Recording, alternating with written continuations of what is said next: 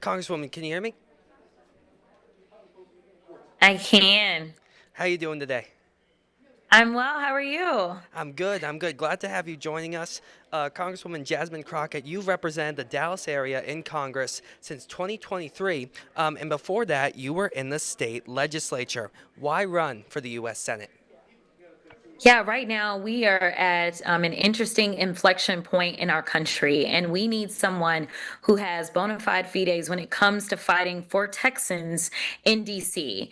And right now, the only way that we're going to be able to deliver on results that really help us, whether it's healthcare or whether it's jobs or whether it's the cost of housing and otherwise, is if we have someone who knows what they're doing, but has a little bit more power to actually get those policies across the finish line by running and representing in the United States Senate. Talk about those policies a little bit. If elected, what would you say are your biggest priorities? It has to be affordability, number one. But I am a civil rights lawyer, so democracy itself is on the line. And so, for sure, I want to make sure after Texas was specifically targeted with this redistricting scheme, that we can do something that the American people feel like is fair, whether you're a Democrat, Republican, or independent. You want to make sure that you have a voice that represents you, that will fight for the health care, as Texas currently leads in uninsured in this country. We also know that the trade policies that are taking place as it relates to the tariffs are specifically hurting us more than others, especially our Texas farmers and ranchers. We know that Texas farmers and ranchers are experiencing record numbers of bankruptcy filings as well as suicides because it is our exports that we rely on, whether you're a farmer, rancher, or just small or large business. We are one of the largest export states in the entire world. And so I want to make sure that we focus on those fiscal policies that will make housing affordable, that will make food affordable, that will make sure that child care and education and healthcare affordable. And I think it all starts with us rolling back these tariffs and making sure that those at the top pay their fair share. You mentioned trade there a little bit. I want to get your thoughts on USMCA, United States, Canada, Mexico. That's a trade agreement that's currently in place. How effective do you view it? You're shaking your head. Doesn't seem like you're a fan. I no no no. I have never been against it. I am upset right now. I am upset right now because what's happened is Mexico and Canada have always been very good trade partners of ours, which is great, right? Because they are our neighbors to the north and the south. We know when I talk about housing that we get the vast majority of our lumber right there out of Canada. Right now, because of the hostilities that have come from the United States, whether it's threats to drop bombs over in Mexico or whether it's just the aggressive nature of the tariffs, right now, Mexico and Canada are trying to work around the United States. That's not helpful to us. And we know that here recently, Canada announced that they actually plan to go to China to start doing some things. These are things that cannot be reversed overnight. And so that's why it is imperative that we start to reverse course immediately. Well, I'm glad you clarified that. I don't want to put words in your mouth regarding the USMCA, but I just want to get a bit of clarity. Tariffs, say they're brought back to levels they were before President Trump took inauguration a second time. Do you feel as though that's the real big thing that would decrease prices for Americans, I should say? I I think if we get it done quickly, I am watching the courts right now because we know that this is currently being litigated because I personally believe that he has exceeded his powers under the Constitution. Just like I think there's been him exceeding powers as it relates to the war powers. I think that there's been him exceeding his powers as relates to the immigration policies. I think that he's exceeded his powers in a lot of different ways. And so I do think that it is important that we do something quickly. And if the legislature itself will not rein them in, then I'm hoping that the courts do something because, again, we know that some of these new trade partnerships that are coming to fruition won't just reverse themselves because we say, never mind, we were just playing, we're back now, and we want to play well with you. Are tariffs something that could be tackled legislatively, you feel? Yeah, absolutely. We know that the Senate has actually tried to deal with this and we didn't have the votes. That's why it's so important to make sure that we actually change the numbers. We know, or at least I know, in talking to a lot of my Republican colleagues, more so in the House, that there's a lot of things they don't agree with, but they are afraid of a similar fate that Marjorie Taylor Greene faced. If they come out and they come out against the president, then they may experience threats and things like that. So there are a lot of people, Republicans included, that believe that we need to rein the president in because taxing belongs to the Congress, and that is what tariffs are. That is within our exclusive power, just like declaring wars is within the exclusive power of the Congress, just like determining what appropriations look like. That is, again, exclusively, we have the power of the purse within the Congress. I want to go back to policy in a little bit, but first, it's my understanding that you worked as a public defender here in East Texas. What did you I take away the did. most from that experience, and how will you apply that to the U.S. Senate? I think that was the first time that I realized that we do have these broken systems. It was unfortunate that what actually thwarted me to want to get into politics was a case that I had of a 17-year-old. And most people don't realize that in the state of Texas, 17-year-olds are considered adults, but only for criminal justice purposes. We are only one of 5 states that do that. And unfortunately, this kid ended up with a felony conviction because he stole less than $20 worth of candy out of the concession stand at his high school. That was considered burglary of a building. That's when I really started to wonder, how did we get here and how do we fix it? That's when I first got my legislative bug.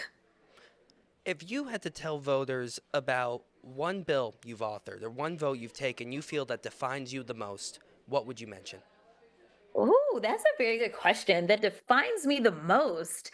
Um, I, I don't know about defining me the most. I will tell you that the Democracy Restoration Act, that is a bill that I authored that I really like for a lot of different reasons. So I'll go with that one. I've worked on a lot of legislation. I'm on over 1,000 pieces of legislation, but I'll say the Democracy Restoration Act because we literally just got done talking about criminal justice, and this particular act. It deals with those that have felonies on their record being able to participate in elections. And so I think with me feeling very strongly about making sure that the people have a voice in elections, especially as just this week, the president was talking about federalizing our elections. I am pushing back really strongly against that. And I want to make sure that we do everything to ensure that the power still remains with the people. So I'll go with that one. But there's a lot of deeper pieces of legislation that I have that I'm really drawn to. Do you feel the people still have power in terms of voting today? I do. I do feel as if their power is being diluted in this moment. We know that the maps that were passed in Texas, that was all about diluting the voices and the power of certain Texans. We know that there was a 160-page opinion that was written by a Trump appointed justice that called these maps out for what they were, unconstitutional and illegal. And unfortunately, our Supreme Court did not say that they disagreed. They just said we're going to allow these maps to go into place. We also know that recently the state of Texas sent our voter rolls up to DC. We also know that recently the administration said that they would leave Minneapolis if they would just send them their voter rolls. We also know that they went and got the voter rolls out of Georgia.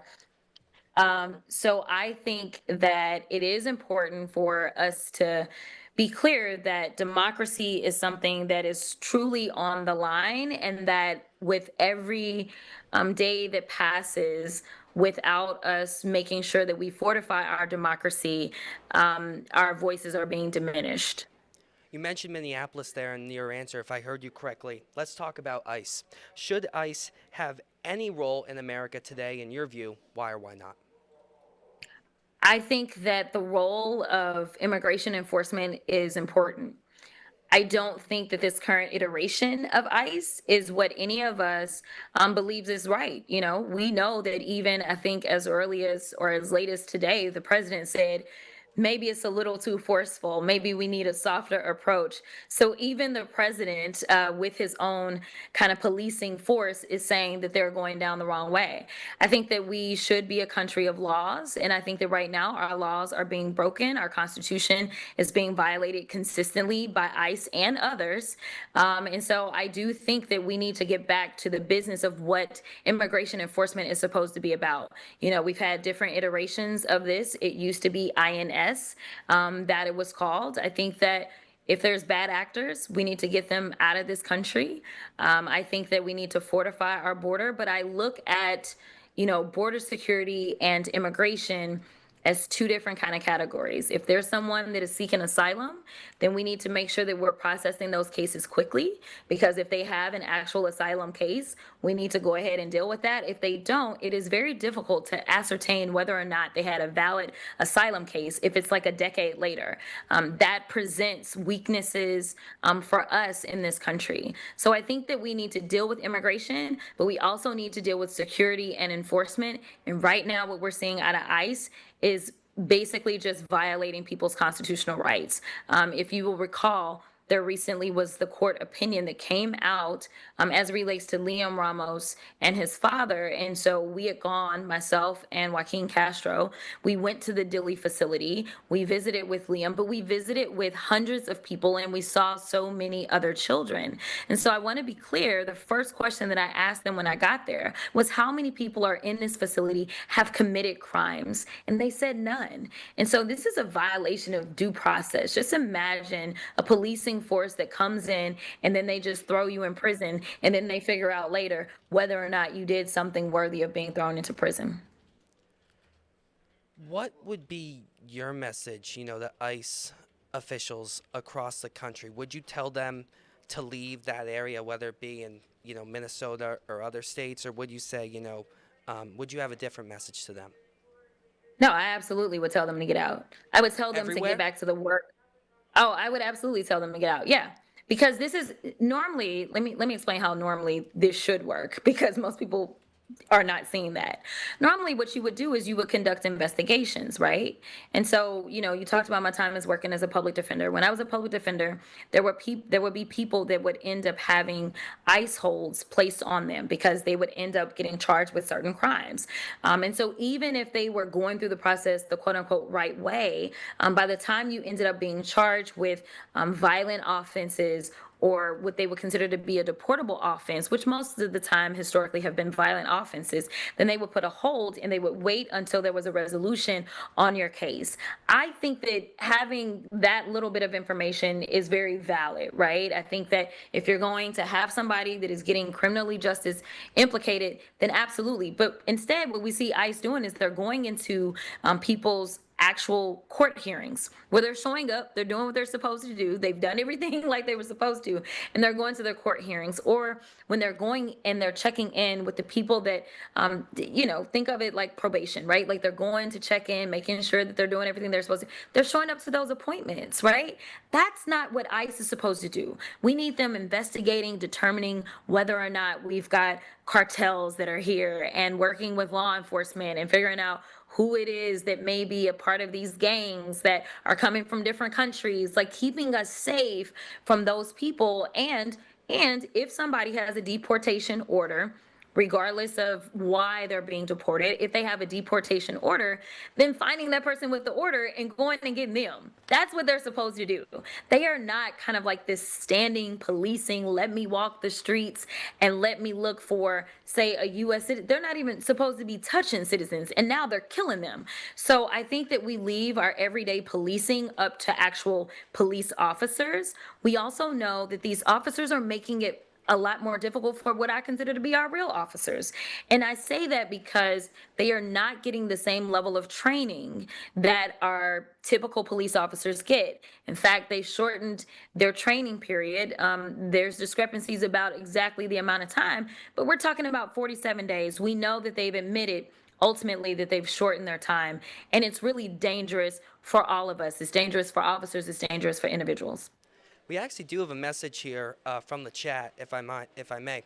Who is Yep. responsible for allowing our Texas voter rolls to go to D.C., and how can we hold them responsible? That's a question from our chat. Those are our elected officials on the state level. Don't really know what to tell you. It is really sad. We know that in other states, like Minnesota, they did not give up the voter rolls. So I am encouraging everyone, and I mean everyone, to just go ahead and re-register. Now, you can't register in time for the primaries, but I am concerned about what they're doing with our voter rolls and who it is that they are planning on targeting and kicking off of our voter rolls. So, in preparation for November, I am encouraging everyone, even if you know that you voted for the last 20 years and nothing has changed, even when you go to vote in the primary, go ahead and fill out another voter registration card and make sure that the most up to date information is on there to make sure that you're good to go in November. I do want to ask you, you've drawn some attention for comments talking about other politicians. What is your response to voters who might be concerned about the words you've chosen to describe others? Yeah, I think that what's most important to recognize is that I'm not your stereotypical politician. And so you can definitely blame me for never waking up and saying, you know what, my goal is to be some politico. I'm frustrated just like the vast majority of us. And frankly, the landscape of politics has completely changed. And so right now, what we see is a historic disapproval of both parties, yet there are certain individuals that people are feeling like they're fighting for them. So yes, I get frustrated and I don't stick to a script, but everything that you see is very real and authentic anger, fear over what is happening. And so just like, we can end up with a president of the United States that has said some of the most inflammatory things that we've ever heard, we can't then sit there and say, well, I'm going to play nice when, and we know that the president specifically loves to mention my name over and over and over. So I do think that right now it's about meeting the moment and it's about tapping into how people are really feeling. And people are mad, and so am I. I do want to ask you, though, about two specific examples. I know you called Congresswoman Marjorie Taylor Greene. You said she had a beach blonde, bad built, butch body. And relating to Governor Greg Abbott here in Texas, you called him Governor Hot Wheels. Do you still stand by those comments? I do. I Why? mean, listen, I mean, the reality is that I set them. And so, number one, when it came down to Marjorie, just so that everybody's got full context, Marjorie decided to do something that violated the rules. And frankly, she was supposed to be kicked out. And so, this was not a matter of Marjorie said something bad about me and then I immediately said something bad about her. I actually tried to follow the rules. We went ahead and went through the process that we are supposed to go through.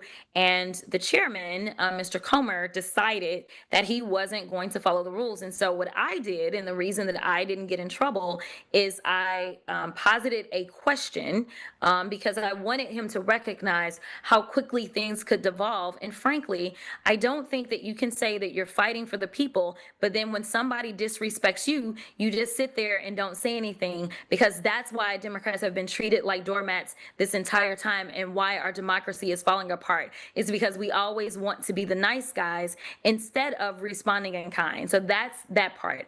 As it relates to the governor just rolled out his own uh gubernatorial whatever, and it literally says Governor Hot Wheels. So I mean, that is exactly what it says. You can go and Google it. And so I mean, the governor is calling himself that.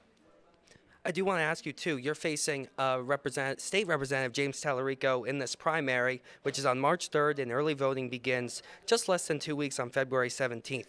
Why do you believe Yes. you are best positioned to win in a general election? Yeah, so the only nonpartisan public polling that's come out has said that I was better situated to win. That's number one. Number two, when you think about who people consider the swing voters to be, the voters that Democrats historically have been losing, they've been talking a lot about Latinos and us losing their votes. They've been talking a lot about losing African American men, and they have been talking about Democrats being the party of the educational elites and losing some of those that maybe don't have as much formal education. I am leading in all of those categories, right? And so I think that when we're trying to put back the coalition that is a winning coalition, then that's what it is. Number two, I think that we have to have somebody that we know exactly what happens when they get punched. Listen, I get punched every single day. And I think people are used to me getting attacked and punched. That is something that my opponent has not experienced to know whether or not he's actually going to fall down or not. Number three, people right now, they want fighters, whether you're a Democrat, Republican, or independent, they want you to fight for them and fight for more affordability, fight for their health care, fight for their Social Security. That's what they want. And so we know that my opponent has said that, but most people don't realize that my opponent has actually been elected longer than me. And the reason that people don't know who he is because he's never been on the front lines of these fights. So it's one thing to say you're a fighter, it's another thing to actually have it. And the final point that I'll say is that we have a historic number of people that are currently retiring from the House and the Senate. That is both Democrats and Republicans because they literally don't know how to navigate this current environment of politics. It would literally be us taking a wild card versus who we know. If it's John Cornyn, guess what? I get to talk to John Cornyn about the bills that we've worked on together that have been passed into law. He's also a lawyer, just like I am. Same thing with Kim Paxton. If it's Kim Paxton, then you at least have somebody that actually has more experience on the federal level and is also a lawyer and can go toe to toe versus someone who is not a lawyer. And being a lawyer is so important, specifically in the Senate, because we're the ones that have oversight over the Supreme Court. We're the ones that confirm every federal judge as well as every cabinet nominee. I'm cognizant of your time, so I don't want to keep you too much longer, but I do want to squeeze in a little bit of foreign policy, if I may. What, in your Okay. view, is the biggest threat facing America, and what would you do to solve it? And that's foreign threat, just so I can clarify. I think the biggest threat that we're faced with is actually Donald Trump. I am concerned about his foreign policy as a whole. I think that it is only invoking more anger towards the United States. So we can start with as soon as he was elected, Elon Musk was then put over this fictitious government agency that he called Doge. The first thing that they did is they cut off USAID. USAID was America's way of flexing our soft power for pennies on the dollar. This was building goodwill when they improperly impounded those funds and cut those dollars off. There literally are deaths that have been linked to us cutting that funding because it was cut abruptly and it was cut illegally.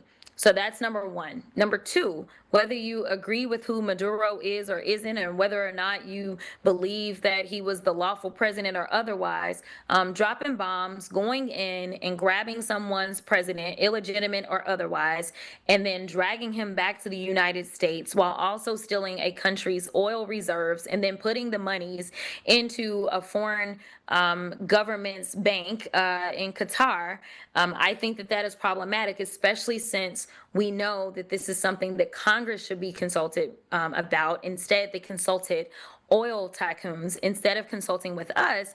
And with the Republicans in the House and the Senate failing to rein him in, to me it's given a permission structure, which is why Greenland is very nervous, which is why he's made the threats to Cuba, which is why he's made the threats to Mexico.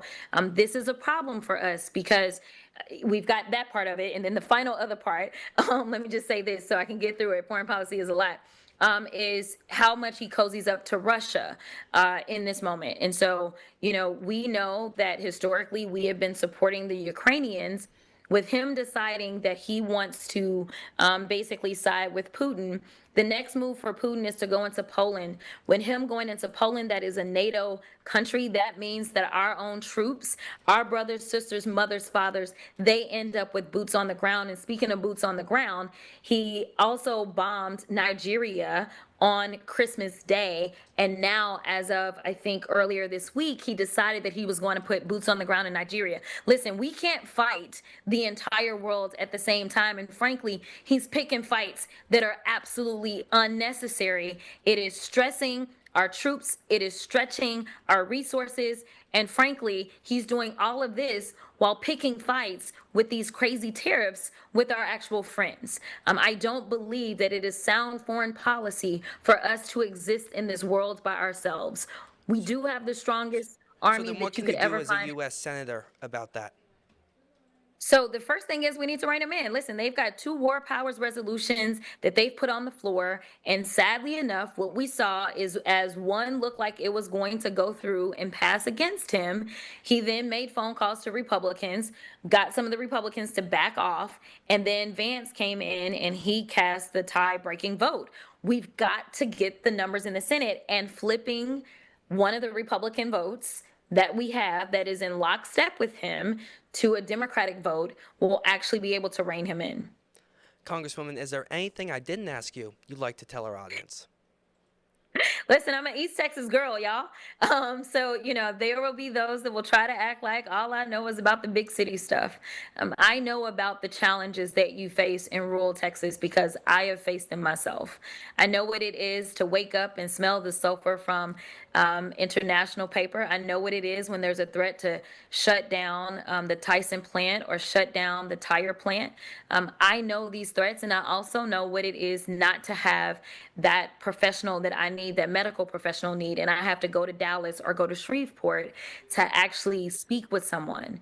We should not have lesser access just because of our zip codes. And so, because I understand these challenges, because I served on the agriculture committee, I can tell you that I am the candidate that can fight the fight for all Texans. And frankly, even though I've been representing out of Dallas and Tarrant counties, I have been fighting this fight for all Texans. So, God bless you all. I'll see you out there on the trail. Make sure you get ready for early voting, which starts on February 17th.